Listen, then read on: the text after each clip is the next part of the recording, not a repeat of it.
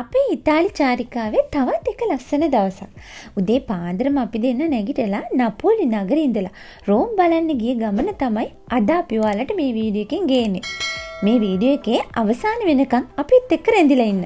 ඔයාලගේ අදහස් වගේම විවේචනත් පල්ලෙහා තියෙන කමෙන්ට් සෙක්ෂන් එකේ ඔයාලට සඳහන් කරන්න පුළුවන්. ඒ වගේම අපේ නපෝලි වීඩියෝ එක ඔයගොල්ලෝ බැලුවේ නැත්තම් මතක් කරලම මේ වීඩියෝ එකත් බලන්න.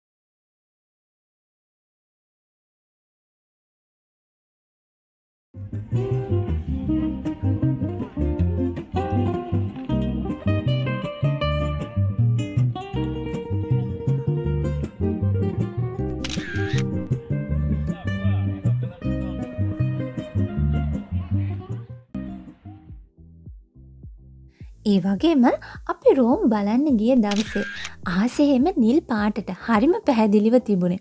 ඒ නිසා මුළු පරිසරයම ගොඩාක් ලස්සනට තිබ්බා. හැම තැනකම වගේ නටබුන් අපිට දකින්න පුළුවන් වුණා. අපි දවල් කෑම පවා ගත්තේ ඒ වගේ නටබුන් තිබුණු තැනක. හරිම ලස්සන පරිසරයක්. මං හිතන්නේ අපි කිලෝමීටර 15ක් විතර පයින් ඇවිදගෙන ගියා. ඕගොල්ලන්ට උනත් රෝම් වලට ආවොත් කිසිම වාහනයක යන්නේ නැතුව ගොඩාක් තැන් පයින්ම ගිහින් බලන්න පුළුවන්. ඒ තරම් ලස්සන නගරයක්.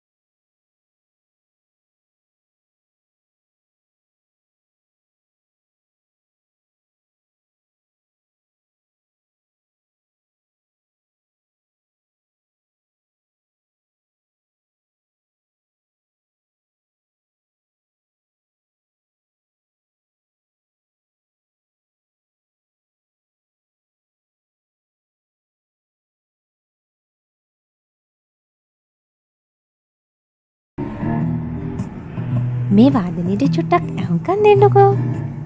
මතක් වුණාද? මතක් වුණා නම් පල්ලෙන් කමෙන්ට් එකකුත් දාගෙනම යමු.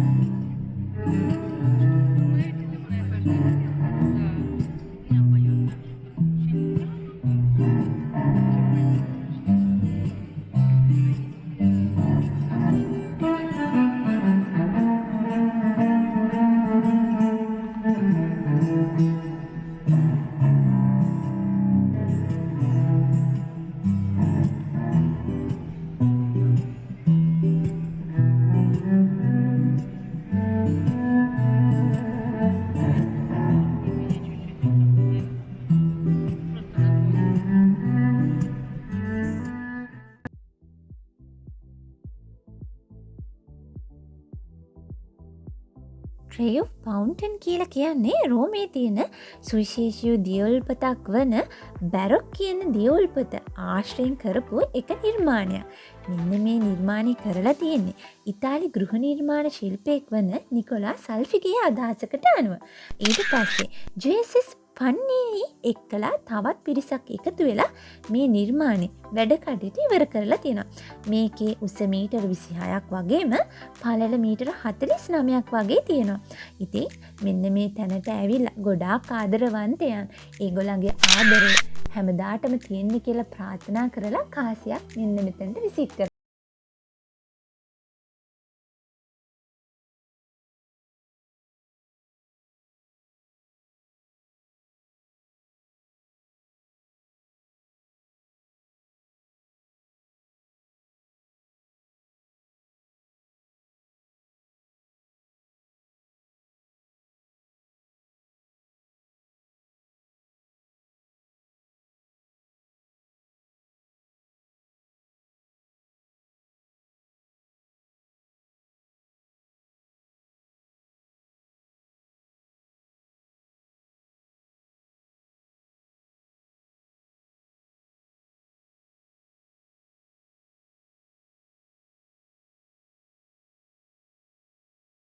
ද පැන්තියාන් ඇත්තටම මේ තැනට සුන්දර අර්ථකථනයන් කීපයක්ම තියෙනවා.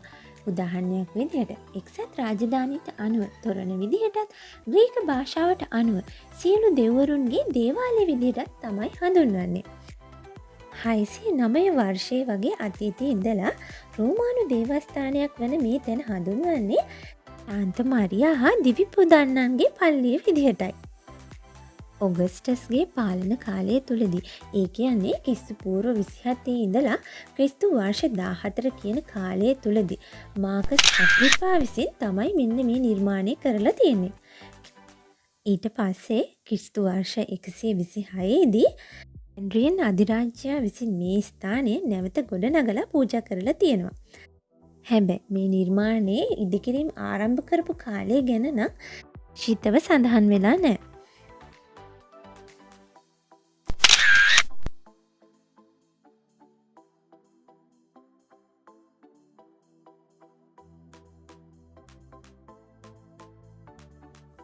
පුරාණ රෝම ගෘහ නිර්මාණ ශිල්පයට අනුව ඉදිවෙලා තියෙන මේ පල්ලියේ උස මීටර් 43ක් විතර වෙනවා.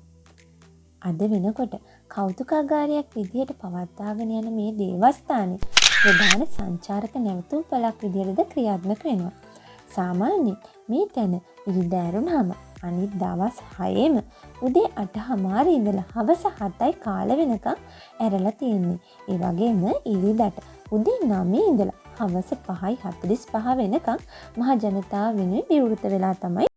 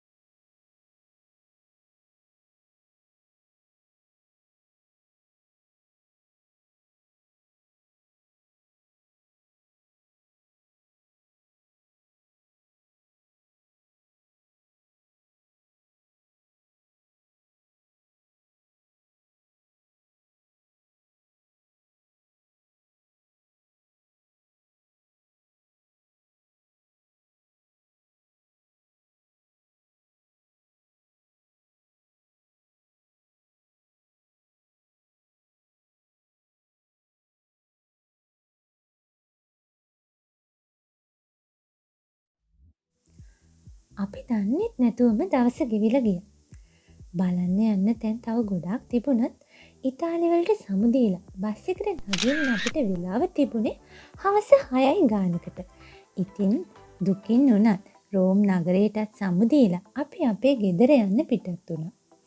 ඒ වුණාට ආයෙත් අපි ඊළඟ අවුරුද්දේ සුන්දර ඉතාලියේ කරක් ගහන්න බලාපොරොත්තුවක් තියෙනවා.